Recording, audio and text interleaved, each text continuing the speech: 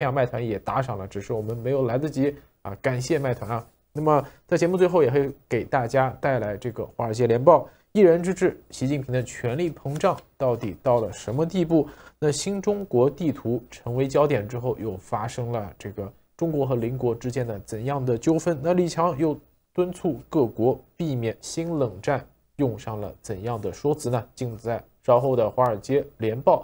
那么华尔街论坛将在明天继续回归，跟大家聊一聊每一天最热的各种话题。对，我们尽可能的在我们的联报六度节目里面呈现出不同的观点，有些观点是我们可能同意的，有些观点是我们不同意的，但是希望我们的观众能够听到不同的声音，而不仅只是小杨的或者是我的声音。好，我们明天再见。大家好，我是华尔街电视的小安，为大家主持一档新的节目《亚洲大眼睛》。什么样的内容，您慢慢看就知道了。东盟峰会等系列会议于2023年9月5日在印尼雅加达登场。除了南中国海争端、缅甸暴力等长久存在于东南亚国家之间的矛盾，一些区域外的国家领导人与会也将更多国际议题搬上台面。东盟作为一个整体，坚持不结盟、协商一致决策和不干涉他国内政的原则，导致东盟在解决一些地缘政治问题时效率低落。东盟成立于1967年，现成员国包括了印度尼西亚、泰国、新加坡、菲律宾、汶莱、马来西亚、越南、老挝、柬埔寨和缅甸10国。第43届东盟峰会的主题为东盟举足轻重，打造经济增长中心。根据印尼外交部此前介绍，此次的东盟峰会共有来自包括东盟国家及东盟对话伙伴国在内的22个国家领导人，以及联合国、世界银行等9个国际组织的代表团参与。峰会正式开幕后，东盟国家间将举行多场会议。此外，东盟同中国、美国等对话伙伴国之间还将举行多场双边及多边会议。作为轮值主席国，印尼希望东盟作为地区经济发展中心，能继续保持经济快速、包容和持续性增长。此次会议将讨论的主题包括缅甸危机和南海争议。根据法新社的报道，中国在南海问题上再度显示咄咄逼人。在美国总统拜登缺席的情况下，美国副总统哈里斯在雅加达寻求击退中国在这个有争议海域的企图。南海紧张已经令周边国家感到担忧。没有实权的讨论论坛。那东盟峰会是印度尼西亚担任轮值主席国的最后一次重要会议。这个10国集团长期以来一直被指责是一个没有实权的讨论论坛。今天，东盟分裂的成员努力就缅甸危机找到统一的声音。自2021年政变以来，缅甸是一个由军政府统治的成员国。法新社查阅的东盟峰会最终公报草案显示，关于缅甸的部分留空，表明各方对这场危机缺乏共识。印度尼西亚外交主管雷特诺·马尔苏迪就表示，该地区集团外长于周一对2021年通过的5点和平计划的实施情况进行全面审查，并向各自领导人提出建议。尽管缅甸军政府签署了该计划，但基本上和平计划置之不理，对国际批评充耳不闻，拒绝结束暴力，拒绝与反对者恢复和平谈判。泰国单方面行动加深了东盟的分歧。一名东南亚外交官告诉法新社，该组织中的一些国家正在推动邀请军政府重返会议。而美国之音就引述关系人士分析指出，中国刻意选在峰会前公布具争议的新版地图，凸显未来东盟各国所面临的中国灰色地带威胁恐越来越多，但此举也将促使印度与东盟深化安全与经济关系。根据中国官媒人民网，中国国务院总理李强为构建更为紧密的中国东盟命运共同体，提出包含携手打造经济增长中心、维护地区和平安宁，以积极推进南中国海行为准则文案磋商等4点建议。东盟则回应称，表示欢迎双方在制定南中国海行为准则方面取得进展，期待尽早完成东盟中国自贸区升级谈判。那中国与东盟的会议是第43届东盟及系列双边峰会的其中一场。除了李强外，日本首相岸田文雄、加拿大总理杜鲁多和印度总理莫迪等多位地区和区域外政府首脑也参与东南亚从5日至8日一连举办的年度重要会议，缅甸和南中国海议题则是峰会的焦点。那南中国海行为准则谈判受到冲击。澳大利亚塔斯马尼亚大学亚洲研究学者詹运豪就认为，这个时机很重要，因为中国正试图加大力度并发出信号，表明他不再愿意在零星的基础上处理这个议题。东盟已经意识到，他们很久以前就犯下了一个错误，当时他们在双边基础上处理南中国海议题，这正中北京的下怀。他们应该作为一个整体去集体应对中国，但现在中国在双边基础上与他们协商，这对东盟国家来说变得相当困难，因为很明显这是不平等的竞争。印尼总统佐科威在开幕致辞中也强调，东盟和中国需要实现互利共赢的务实合作，并表示如果双方相互信任，就可以实现这项目标。但佐科威并没有就中国的新版地图直接做出回应。新加坡智库尤索夫伊萨东南亚研究院高级研究员佘丽莲就对香港的英文报《南华早报》说，印尼正在努力维护东盟中心的地位。今年东盟峰会主题还是东盟要旨增长的中心。若东盟无法就南中国海议题发表声明，或是至少呼吁维护国际法，将是一个巨大的失误。那为了维持南中国海和平稳定，中国和东盟10国于2002年就达成不具约束力的南中国海各方行为宣言 DOC， 并为推进和落实宣言于2017年启动南中国海行为准则 COC 的文本内容磋商，目前正展开第2轮审读。菲律宾总统小马科斯就在9月6日时表示，8月22至24日在马尼拉举行的南中国海行为准则第3阶段谈判有取得一些进展。那新版地图就冲击了南中国海行为准则。然而，越南胡志明市国家大学人文与社会科学大学国际关系讲师黄星光就示警，中国新版地图恐将冲击南中国海行为准则，原先稍有加快的协商进程，甚至进一步冲击北京与东南亚的关系。然而对于中国未来与东盟的互动，塔斯马尼亚大学的张运豪的想法则与黄星光不同。他不认为中国新地图会对中国与东盟关系有多大的冲击，因为现实是东盟就是中国的后院，不论东盟是否对此满意，他们就是得与中国打交道。特别是在南中国海紧张局势不断升级的情况下，他认为东盟峰会更重要的信号是，世界2大强权美国和中国都没有派出最高级别领导人参与会议。相较美中最高元首的缺席，印度总理莫迪则于9月6日及7日亲赴印尼，参与东盟印度峰会及东亚峰会。那这也是印度与东盟在去年升级为全面战略伙伴关系以来，双方首次举行峰会。那对此，新加坡南洋理工大学拉尔勒南国际问题研究院国防与战略研究所研究员许瑞麟就表示，这显示印度在莫迪及其2014年上任后提出的东进政策 Act East Policy， 也就是着眼于规划与亚太各国建立更紧密关系的进一步落实的领导之下，那印度与东盟关系在近年来得到显著的扩展。而由于印度的经济市场潜力和不断增长的国际实力，通常被视为对抗中国或其他影响力的一股力量，双边关系将持续升温。像是莫迪这次出席东盟系列峰会就反映了此一情形。那印度与东盟深化安全经济关系。此外，新德里也与东南亚部分国家一致，对中国政府最新2023版标准地图表达不满，因为从地图中可见，中国把中印存在领土争议的阿鲁纳恰尔邦和阿克塞钦地区都纳入了其疆域中。据印度外交部的消息，那印度稍早已经通过中印外交管道表达强烈抗议。胡志明市国家大学的黄星光就分析，印度与东盟的长久以来的关系本就相当紧密，特别是目前印度优先考虑设立技术中心，加强供应链与经济合作的对象就是东盟。但现在中国新版地图所激发的情绪，必须会让双方在未来持续扩大海上合作。新国南洋理工大学的许瑞麟也说，与澳大利亚、日本和美国等其他国家一样，印度已经在稳步加强与东盟各国的防务关系。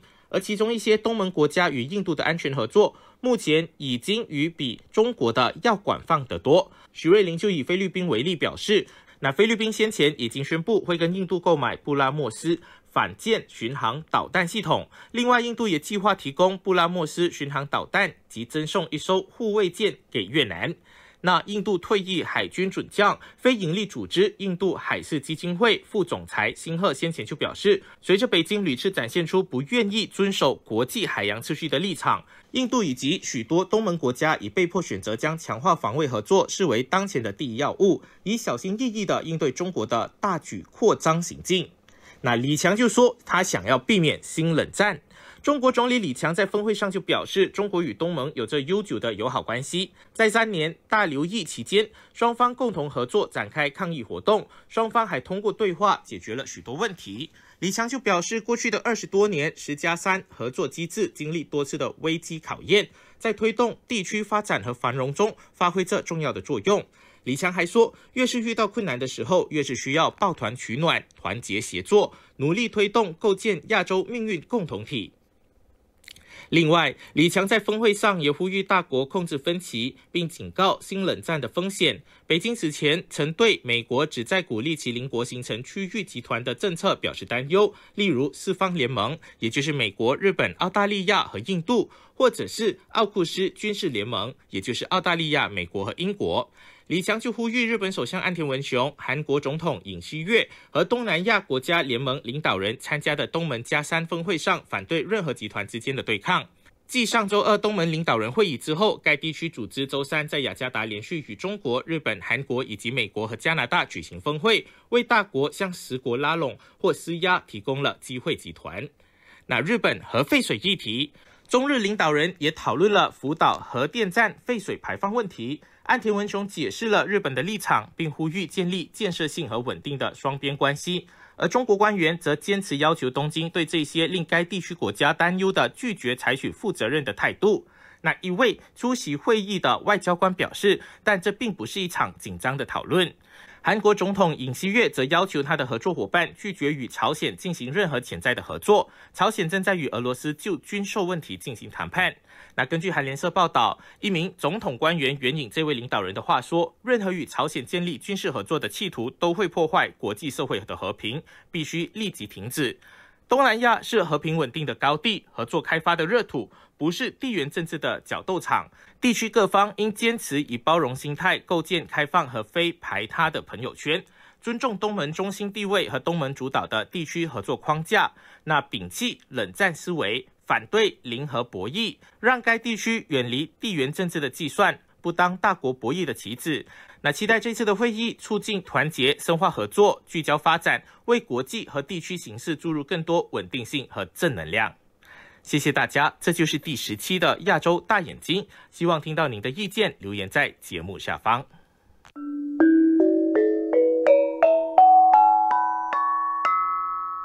欢迎收看智库简报，推动美国在印太地区的贸易和经济参与。亚洲协会，印太地区的国家正在积极寻求加强经济增长、发展供应链弹性和创新能力，因此他们都在寻求与美国和中国加强经济联系。许多国家更愿意与美国更紧密的结盟，但他们对华盛顿在贸易协议方面兴趣的下降感到失望。此外，他们发现越来越难抵制中国加强经济联系的积极努力。拜登政府通过印太经济框架 IPEF 推动与该地区的贸易增长。然而，迄今为止发布的 IPEF 成果在供应链支柱方面只是迈出了一小步，强调过程而非实质。此外， IPEF 在其他支柱上的持续谈判不包括像美国、墨西哥、加拿大协定 ASEAN 中那样的可执行条款，这将使美国能够为其农民和工人获得额外的市场准入或主动塑造供应链决策。这一遗漏引发了一个问题，即最终的 IPEF 协议是否会被认真考虑作为中国提供的更全面贸易协议的替代方案。坦率地说，如果美国不采取更大胆的举措，我们将冒着成为旁观者的风险，而我们的伙伴们则在他们之间和与中国一起加强供应链连接和区域经济一体化。这将严重削弱美国的长期经济、国家安全和地缘政治影响力。中国积极的贸易议程应该在美国政策制定者中引起更大的紧迫感，以加强我们在该地区的经济参与。正如“一带一路”倡议使中国在全球发展、基础设施和安全目标方面获得了战略优势一样，中国对区域贸易协议的追求也威胁到供应链和经济安全。此外，该地区越来越多的国家对中国经济依赖，北京方面就越容易利用经济胁迫来实现广泛的地缘政治目标。中国最近的贸易成就中最重要的是15个成员国的区域全面经济伙伴关系协定 RCEP， 世界上最大的贸易协定，该协定于2022年生效。根据 RCEP， 成员国之间的新关税减免每年生效一次，使这些国家在与中国的更紧密一体化的持续道路上。更多的经济体正在寻求加入 RCEP， 孟加拉国和香港最近宣布了他们的兴趣。随着不断增加的成员国之间的关税减免， RCEP 的影响将继续增长，对美国利益的损害将进一步加剧。RCEP 只是中国雄心的开始。事实上，北京正在积极寻求加入全面与进步的跨太平洋伙伴关系协定 CPTPP， 这是一个在很大程度上由美国塑造的协议。尽管美国政策制定者对此抱有幻想，但许多 CPTPP 成员似乎对中国的加入持积极态度。如果中国在加入努力中取得成功，它将实现一个超出其梦想的战略胜利。美国不仅未能实现其最初的目标，即在没有中国的情况下通过该协议制定区域标准和规范，而且中国将能够翻转局面，利用 CPTPP 制定区域标准和规范，而不需要美国。除了 RCEP 和 CPTPP，中国还在其他方面进行了积极参与，这种参与包括与新西兰、新加坡、韩国和智利之间的数字经济伙伴关系协定的谈判。中国还致力于升级与东南亚国家联盟 ASEAN 的贸易协定，重点关注数字贸易和绿色经济等新兴问题。对这些和其他协议的成功谈判，可能会推动中国与主要贸易伙伴之间的贸易、投资和供应链连接。事实上，中国与东盟之间的贸易已经以前所未有的速度增长，从2017年到2022年增长了 64%。鉴于 RCEP 的实施和中国东盟自由贸易协定的谈判，中国与东盟之间的经济联系趋势很可能在缺乏美国政策变化的情况下继续加强。尽管美国在过去10多年里没有达成新的全面市场准入贸易协定，但中国已经取代美国成为世界上大部分国家的首选贸易伙伴，而且其主导地位还在不断增长。鉴于上述情况，美国必须加强与这个充满活力的地区的经济和贸易参与，远远超出目前的 IPEF 谈判。美国可以采取几种途径实现这一目标，但没有一种途径是容易的或没有政治和实际挑战的。以下讨论旨在提出关键选项，以启动关于哪种路径或路径值得追求的讨论。美国在印太地区加强经济参与的下一步选项，重新加入重塑的 CPTPP。美国在印太地区加强经济参与，并提供对中国雄心勃勃的贸易议程的真正替代方案，最直接的方式是加入 CPTPP。当然，按照目前的形势，加入该协议并不是一个现实的政治选择，也无法实现美国的经济和战略目标。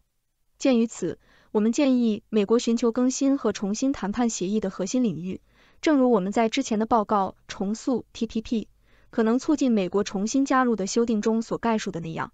该报告确定了12个具体领域，美国可以与其伙伴合作，以现代化 CPTPP 并解决关键缺陷，借鉴了从 ASEAN 的成功谈判中获得的经验，以及其他更近期的发展。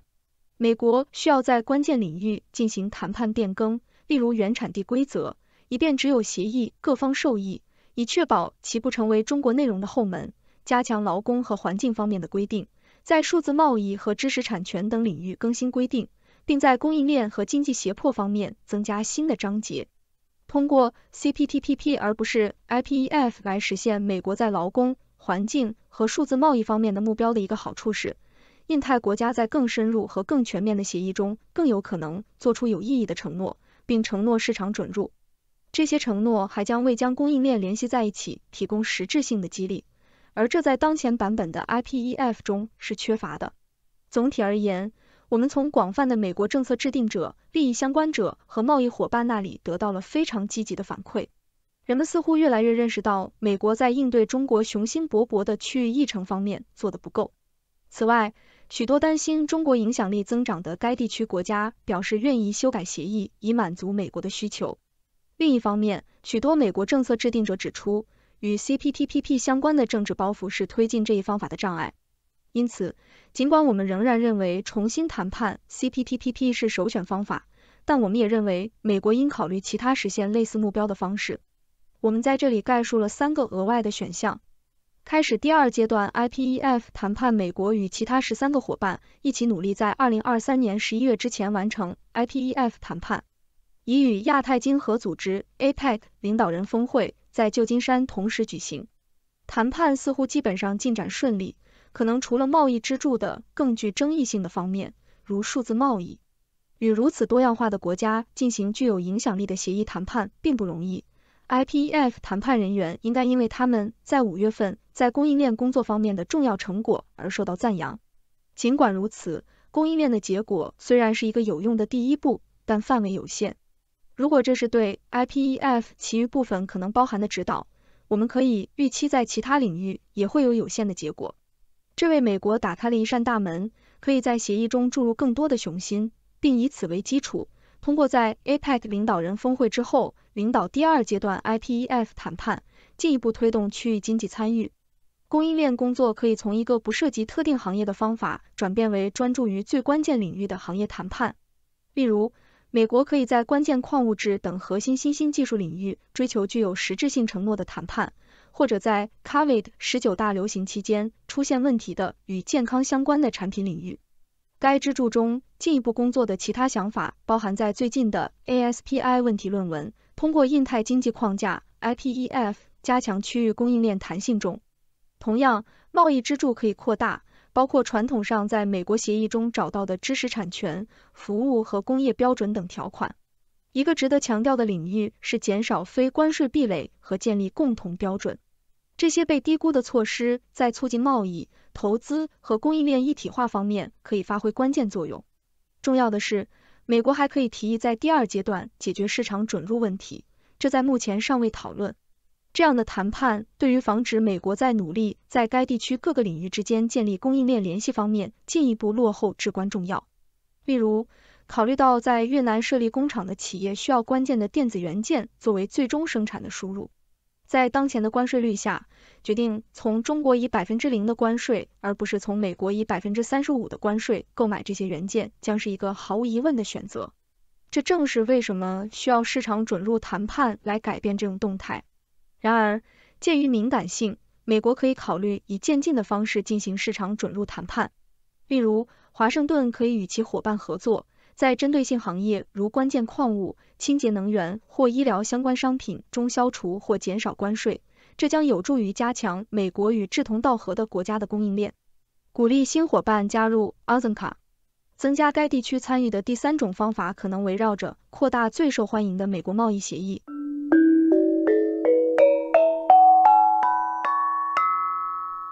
We're recording this on August 22nd, and right now we're in the midst of a lot of confusion by external analysts about the state of policymaking and decision-making in Beijing right now. You're seeing China's own version of an economic polycrisis. Obviously, a lot of this stemming from management or mismanagement or the intentional pricking of a real estate bubble that they underestimated the externalities or the volatilities that they would be creating. But you're seeing deflation, you're seeing surprise rate cuts by the PBOC, you're seeing in shadow finance, you're seeing just a whole mess of economic challenges for China. I wonder, as a student of Chinese decision making, what's your assessment of how Beijing is processing and responding to current events? Do you see bureaucratic confusion? Do you see this as the result of an increasingly personalized political system where everyone is sort of grasping at intuitions as to what the dear leader wants? What's your kind of hot take on what's going on in Beijing right now? Mm-hmm. So I think one way to understand the decision-making is, as you discussed, people are trying to intuit what Xi Jinping wants. And when it comes to economic policy, the general understanding about Xi is that he's not really an expert on economic policy. He was never trained in economics. Although he had experience governing major provinces like Zhejiang and Fujian, where he had experience managing the local economy, but there's a sense that most analysts and people who have met Xi and spoken to him, they don't get the sense that he truly has a good grasp of economic theory or the sort of nitty-gritty policy details that might expect a more technocratic leader to grasp and be able to come to terms with in setting economic policy. Having said that, Xi has made very clear, I think, what he wants to see for China on an economic front. He talks a lot about high-quality development, which I think is this theme, that he has come to use to define the core of his economic vision. And that may or may not be sort of this overarching theme that has maybe restricted officials in terms of the policy options they might roll out. For quite some time now, a lot of analysts have expected some sort of big bazooka, credit stimulus to be rolled out to support Chinese economy. But we haven't seen that. If anything, we've only seen sort of piecemeal measures or like targeted policy tweaks that are meant to improve, streamline the bureaucracy, make it easy for businesses to function, things like that, but no massive stimulus. I think that you could explain it to some degree to the fact that Xi has basically demanded high quality development, which is in a way not repeating the mistakes of the Hu era. After the global financial crisis 08-09, there was a massive stimulus pumped out to stabilize the economy, and that brought along a lot of problems from overinvestment, excess industrial capacity, which Xi spent much of his first term trying to resolve. And in fact, the after effects have continued to linger in the Chinese economy today. And I think that's something that Xi Jinping wants to avoid. He's made that clear through his sloganeering about high quality development.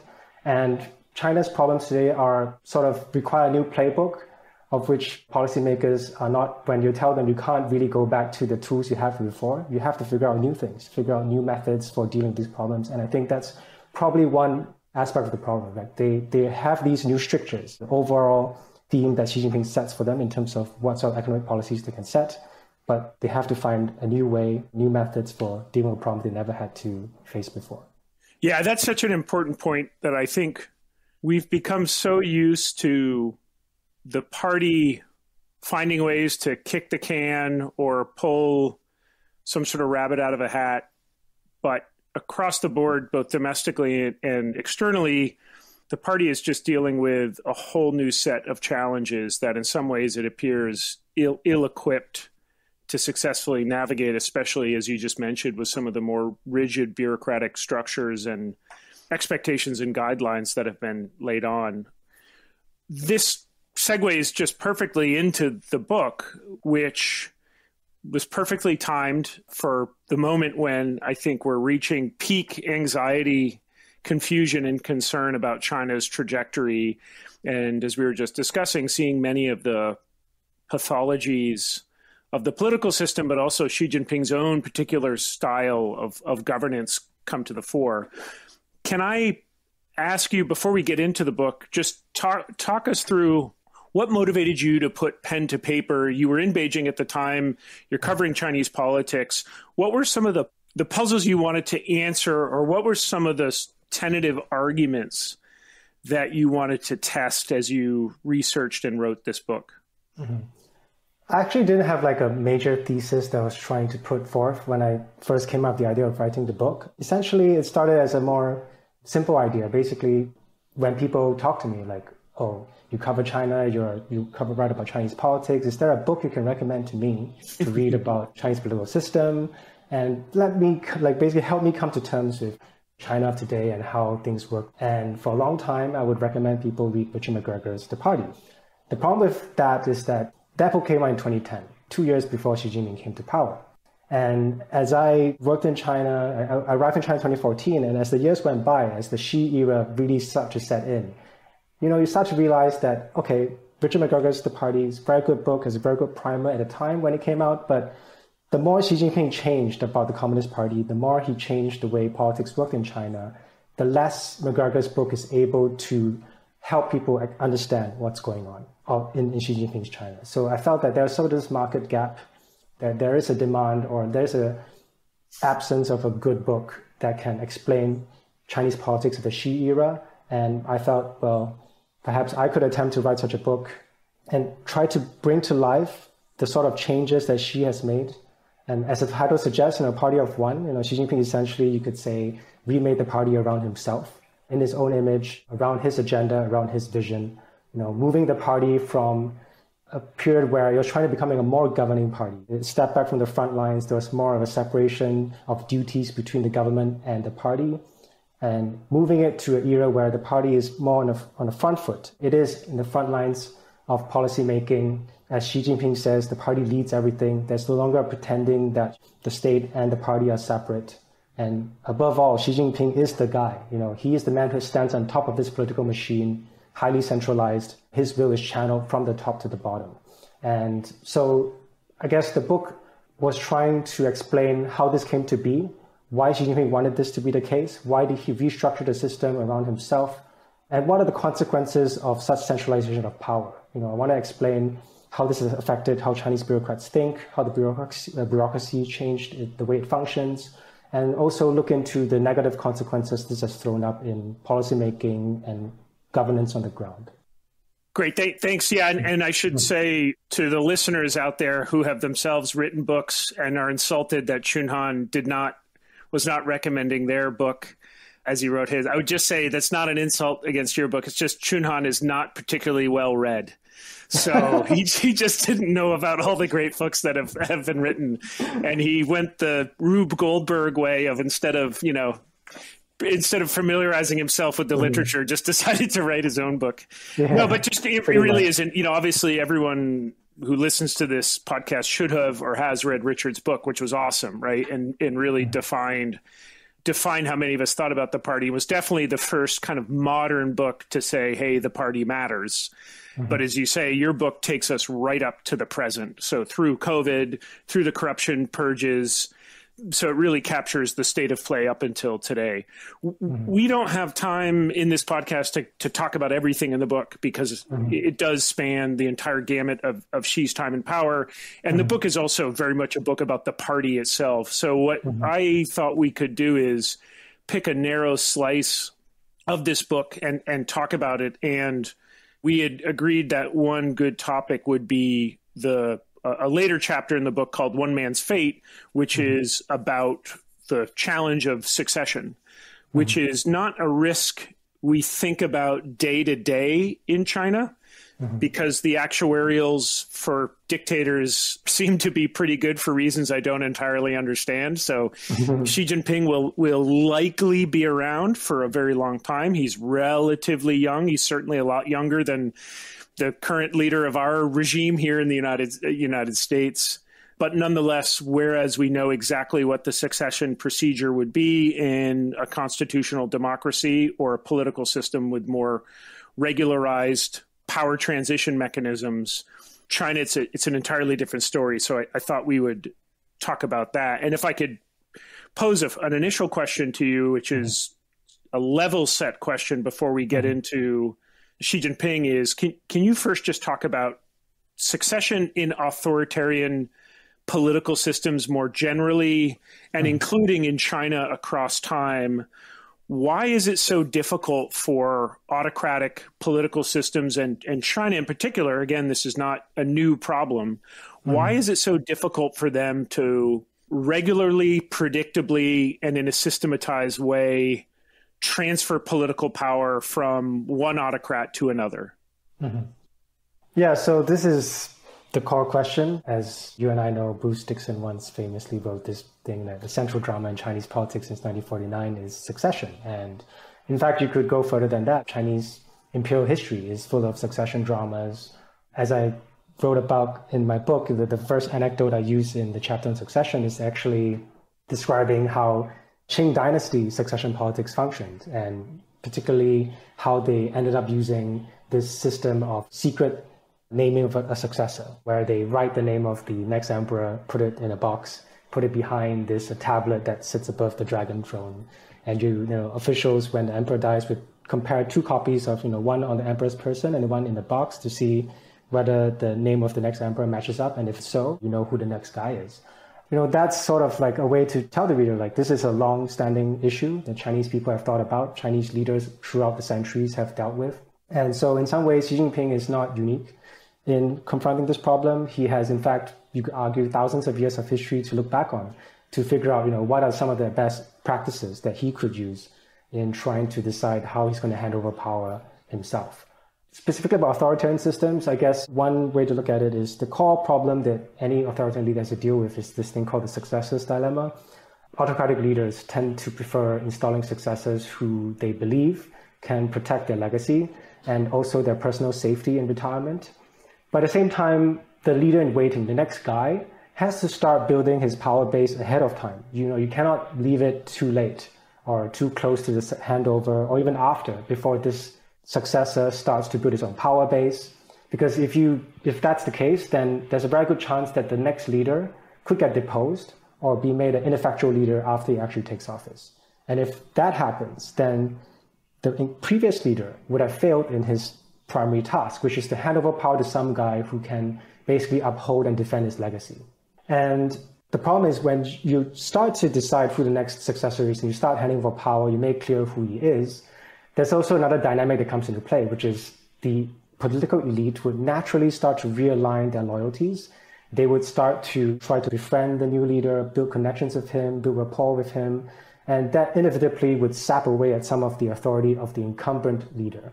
It is just something that happens by nature. There's no way to avoid it once you kickstart this process.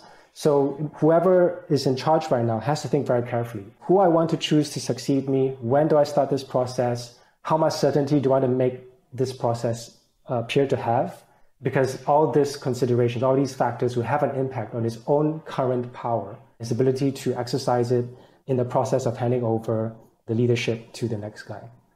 Can I ask for your explanation then of the sort of the dog that didn't bark, which is, I'm thinking of the quote you have at the top of the chapter, which is from Deng Xiaoping, someone we credit in retrospect with saving the party after the death of Mao, redirecting China on a more sustainable political trajectory, the blemish of Tiananmen Square massacre notwithstanding.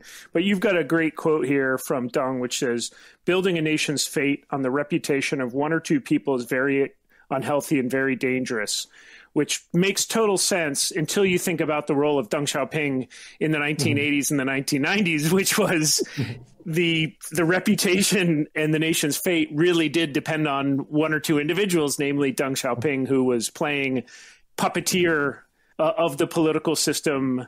But it raises an interesting question, which is, although he was serving the role formally and then informally as primus inter pares, manipulating and determining succession outcomes, he also did, by the time he died in 1997, had positioned a few leaders in place who could then rule China. And it seemed to many of us, if we were having this discussion in 2007, 2008, wow, they've actually solved this succession challenge. Why do you think there was this period in the 100-year history of the Communist Party stretching from the 1990s or maybe the aftermath of Tiananmen Square to the rise of Xi Jinping in 2012? All the things you just mentioned about successor's dilemma, all those pathologies or potential pathologies existed in the 80s and 90s and the 2000s.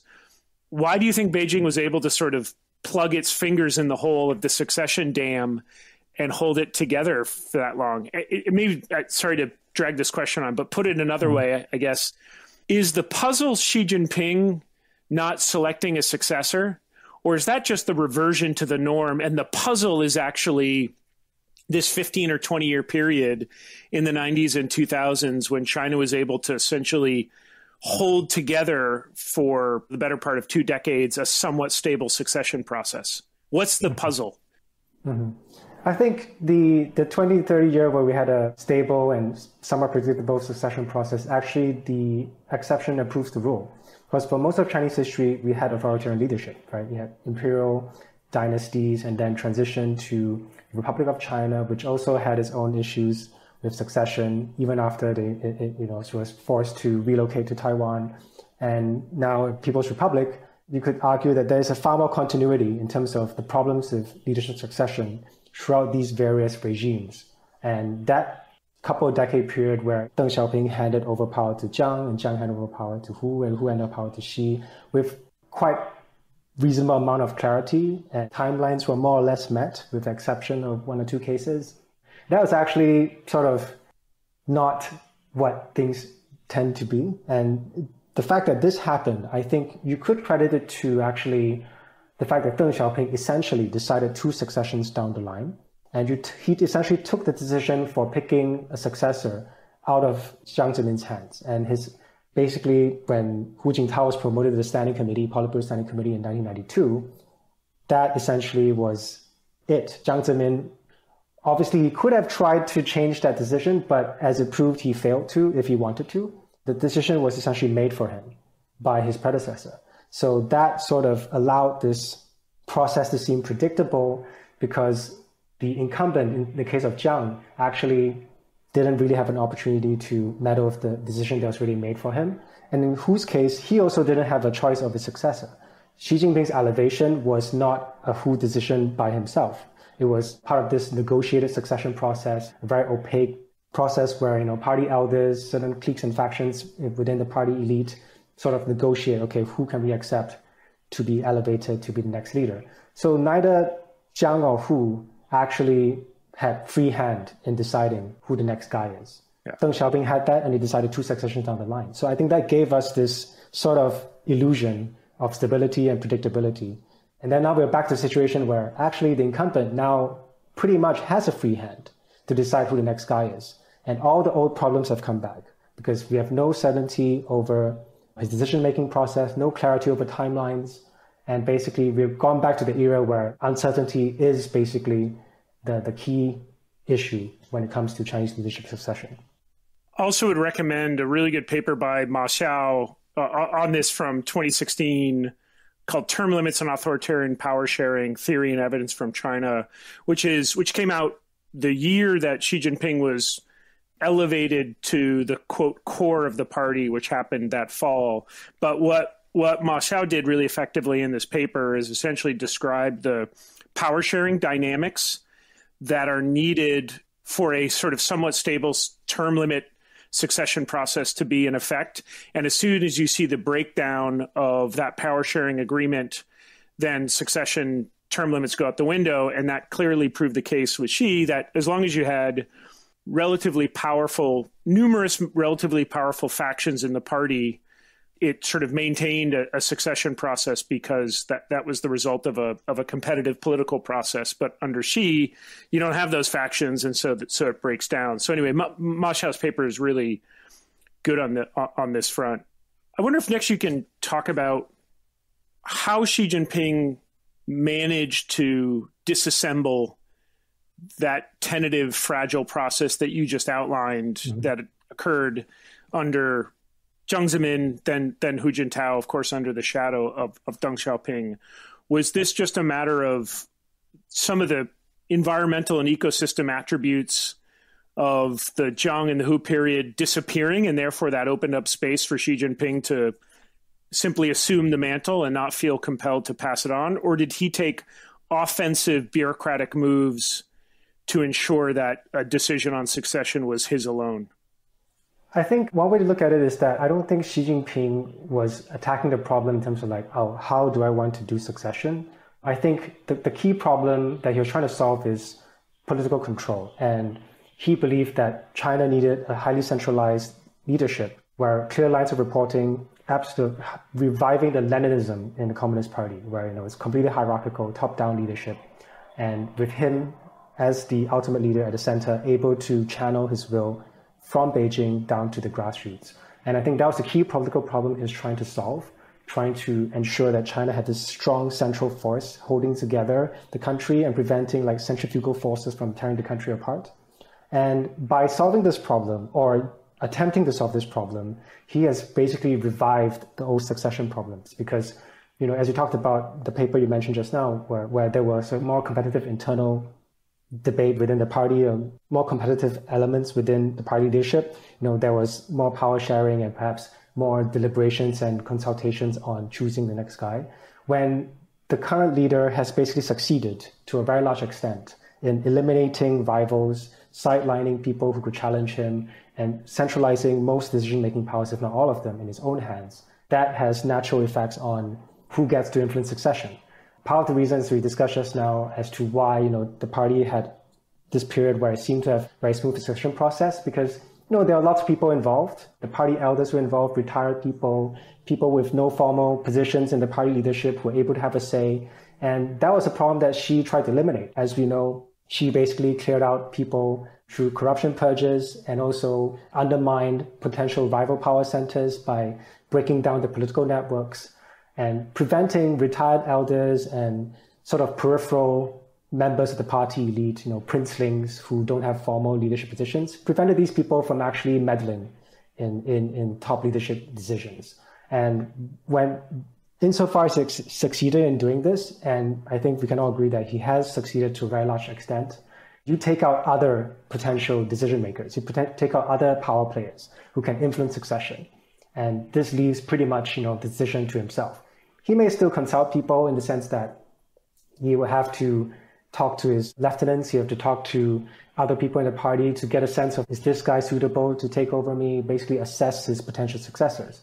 But by virtue of the fact that he has established himself as number one, numero uno in the party, he has basically, at the same time, centralized the final decision-making on succession in his own hands. But I don't think he set out to change how succession works. It's more that he set out to change how Chinese politics works. And that came along the changes in how the succession system would have played out. The obvious shortcoming of Xi Jinping's view of Chinese politics, or at least his, if we take your point that he did not have an active plan to defang the succession process per se, but just remade politics, and as a result was the defanging or the eradication of succession. The thing I would be worried about if I were Xi Jinping was the continuity of my policy agenda to remake China after I leave power. This is a challenge not only for dictators, but also for heads of any organization, especially when you're a strong outsized figure, it's hard to know when you hang up your spurs, and it's very difficult to identify, cultivate, and install a credible successor. This happens in corporations all the time. Sometimes you get it right with a Tim Cook. Sometimes you don't. I wonder if you could speculate a little bit on what you think Xi Jinping's plan is. It's clearly not unintentional, right? He removed term limits on the office of the presidency in March 2018. He's not named a successor. He's not stupid. So obviously he knows it's awaiting his decision. I know we don't know this, but can you just think out loud about what a potential plan might be for him? Does he stay on for another party Congress? And then at the 21st Party Congress in 2027, sort of put someone more clearly in the position? Or do you think he does a Mao and just basically hangs on till the very end with some kind of weak attempts to install a Lin Biao or a Liu Shaoqi only to see them swatted away? Mm-hmm. First of all, I think in terms of what I mentioned just now in answering the previous question, in terms of like how Xi Jinping views the succession problem, I think it's interlinked. Why he ended up changing the succession process is because these are certain, strictures that prevent him from exercising power fully. As we mentioned, the succession dilemma earlier, the timeline as to when you hand over power, the fact that you have a term limit on yourself does impose real limits on your ability to exercise power, because people anticipate you exiting office by a certain time frame. That means they naturally start to gravitate away, they start to identify potential successors, and your own power starts to ebb. So Xi Jinping, in trying to consolidate power and centralize power in his own hands, has to change the way succession works in China by dismantling some of the past procedures and practices. But as I was explaining, I don't think he set out to change succession for its own sake. It's because he wanted to centralize and consolidate power in his own hands to enable himself to pursue his own vision. And that's what led him to do these changes to how succession procedures work, succession practices were carried out in China. In terms of what he might do, in terms of handing over power when the time eventually comes, I do actually think on balance, he is more likely to want to hand over power before he dies than otherwise. I say this because I think that is the best approach in terms of ensuring he has made every effort to ensure his legacy is protected. Choosing a successor is any incumbent leader's, top prerogative. It is your responsibility. You might even argue that the very first day you become leader, you should already start thinking about who's next. Because everything you do in your time in office would have come to naught, would be destroyed if you choose the wrong guy and you fail to hand over power in a smooth way that ensures the next guy can actually hang around long enough to protect what you achieved. So I think it is likely that Xi Jinping wants to have the predominant say, and in fact, more or less choose a successor before he is unable to do so through incapacitation or death. And whether he chooses to do so when he's still fairly young, i.e. like he does so within the next 1 or 2 party congresses, or he stays on for much longer, like does a Mao, as you say, basically sort of choose one, but then continually assess potential successors and change them if necessary, and then basically only hand over power when you finally expire. To be honest, I think it's a question only Xi Jinping can answer himself. Perhaps he himself doesn't really know the answer to this question because there's so many factors at play. When you're the incumbent leader, you're assessing potential successors, you're assessing your own grip on power, you're assessing the extent to which your vision has been achieved. You're trying to decide for yourself, have I done enough? Have I done enough to deliver on my own vision? Do I want to stay on longer to try to see if I can achieve more? Do I feel comfortable in handing over power?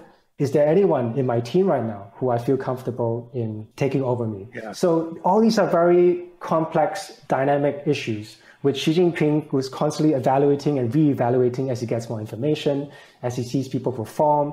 By now, he may have identified like a few people who he thinks has the potential of taking over one day, but his views of these people might change as they perhaps make mistakes or someone else does better than anticipated. So this guy actually now gets elevated in his point of view as a better potential successor. All these questions are unanswerable for people on the outside. Even people on the inside in a system like China's, Leninist system, highly opaque, there's huge information asymmetry.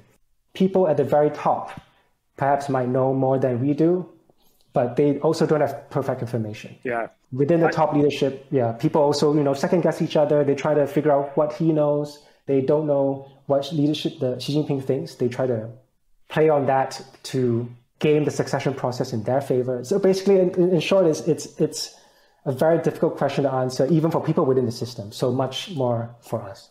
I think that's such an important point, and it's something if you look at former high-ranking officials in other autocratic systems who come out and write memoirs or articles, you saw a lot of this reporting coming out of the Soviet Union and the satellite states, officials who would indicate just how poor the information environment is in the system, partly because, as you mentioned, sort of structural opacity, but also the amount of misinformation that is a direct result of bureaucratic infighting, everyone currying for the leader's favor, attempting to sideline other potential bureaucratic rivals. And then finally, I was just thinking that the list of things Xi Jinping will have to contemplate indicate to me why he's going to stay on forever. Because given the challenges China is going to face over the next decade to 10 to 15 years, I don't see any point where Xi Jinping says, my work is done here, comrades. Two, individuals always underestimate their health.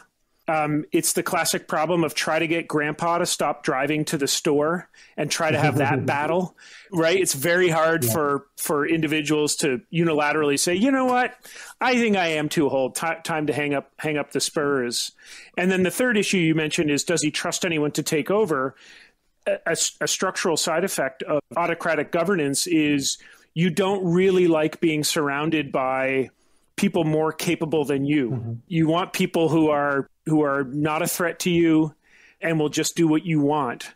So that means this is why oftentimes you have sycophants next in line for the job. So, I think he may have a plan or an idea, vague idea, but I think that the tendency will always be, next party Congress. Yeah. Maybe if I can now just final couple questions, then we'll let you go. One is, let's imagine a world in which, and you've done some great reporting on Xi Jinping's health and the rumors around it. Let's imagine, and I'm not wishing this on Xi Jinping, I don't wish this on any human being, but let's just imagine tomorrow he has a heart attack and he's laid up in the hospital, goes incommunicado, or let's imagine he dies relatively young at the age of 70. What do you expect would happen in the system? Walk us through those first few hours and days. What process is there, and what do you think, irrespective of the process, what do you think the actual churn would look like as the system tries to respond to an incapacitated or a deceased Xi Jinping? Mm-hmm.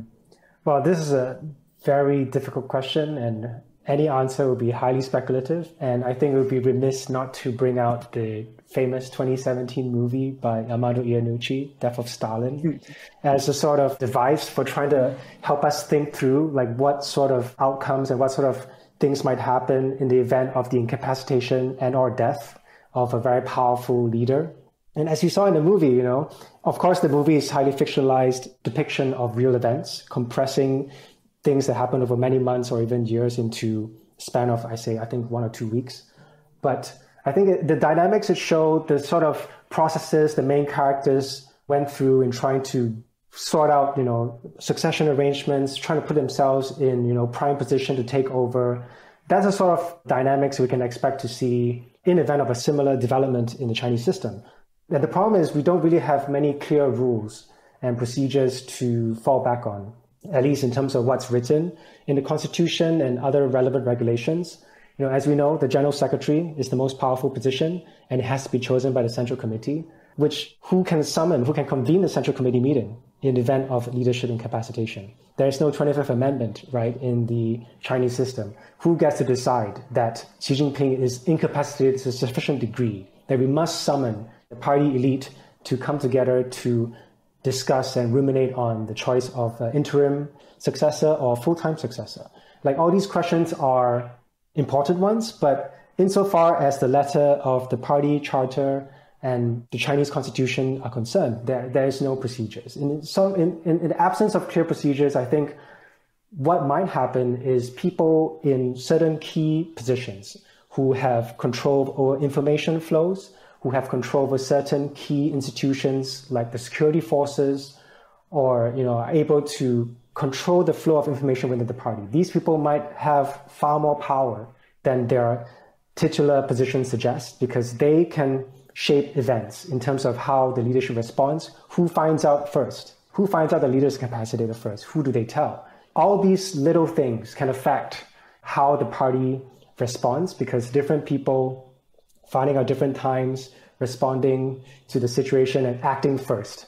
As we saw in the movie Death of Stalin, everyone tried to get to Stalin first. Beria, Khrushchev, Malenkov, they all raced to the dacha because they wanted to be there first and take control of the situation. So I think a similar dynamic might play out in the Chinese system. Unfortunately, with so little information about how precisely information flows work in the top Chinese leadership, we are left to guess as to who actually in the leadership can influence this process, who might be in a better position to shape outcomes. But I think it's clear, for example, we know that currently Han Zheng, vice president, is almost certainly not going to be the next guy. He is in a ceremonial position, even though by the constitution he would step up as president in the interim, but there's no impact on who becomes general secretary. The general secretary, more likely than not, will come from someone within the standing committee, or perhaps even within the broader Politburo. But at the same time, we have no clear idea, because all that depends on very contingent events that happen in the wake of leadership incapacitation, interpersonal relationships between individual leaders, which we're not very clear about. We can guess as to who has better connections with someone else, but ultimately it's something that we can only speculate about. And so for all these internal dynamics at play, I think it's very hard to realistically game out actual scenarios. But I think having known that what is incumbent upon us is to try to understand what factors are important. And when something does happen, we are better prepared to read the tea leaves, so to speak. We see certain signs emerge. We see certain things happening. We can use our contextual knowledge of how things have happened in the past. We can use past events as references and try to guide our analysis as to what's happening in the system and perhaps react better.